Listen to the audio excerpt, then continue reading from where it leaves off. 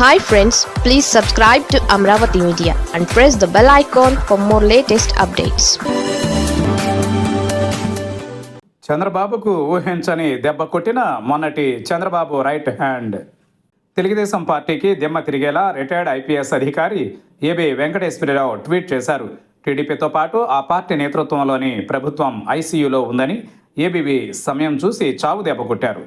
విజయ dairy chairman పదవికి చలసాని ఆంజనేయులతో బలవంతంగా రాజీనామా చేయించారు. విజయ డైరీ చైర్మన్గా చలసాని ఆంజనేయులు ఏకగ్రీవంగా ఈ వారంలోనే ఎన్నికయ్యారు. అయితే విజయ డైరీ డైరెక్టర్గా చలసాని ఎన్నిక కావడాన్ని టీడీపీ అధిష్టానం వ్యతిరేకించింది. అయినప్పటికీ అధిష్టానం ఆదేశాలని ఆయన ఖాతరు చేయలేదు.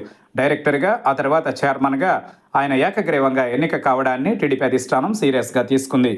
ఈ నేపథ్యంలో మంత్రులు తనపై తీవ్ర ఒత్తిడి తీసుకురావడంతో చలసాని తీవ్ర మానసిక ఆందోళనకు గురయ్యారు. అనారోగ్యానికి గురైన ఆయన ఆసుపత్రి పాలయ్యారు. అయినప్పటికీ ఆయన్ను మంత్రులు వెంటాడారు.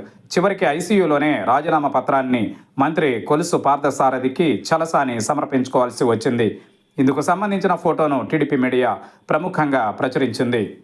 అయితే ఐసీయూలో చికిత్స పొందుతున్నా విడిచిపెట్టకుండా రాజీనామా తీసుకోవడంపై సొంత పార్టీలోనే వ్యతిరేకత వ్యక్తమవుతోంది.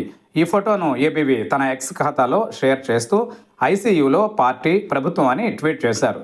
ఈ ఒక్క వాక్యంతో టీడీపీని చావుదెబ్బ కొట్టారంటూ సోషల్ మీడియాలో చర్చ జరుగుతోంది. ఇటీవల ఏబీవీ సెక్యూరిటీని, బుల్లెట్ ప్రూఫ్ వాహనాన్ని ప్రభుత్వం వెనక్కి తీసుకున్న సంగతి తెలిసిందే.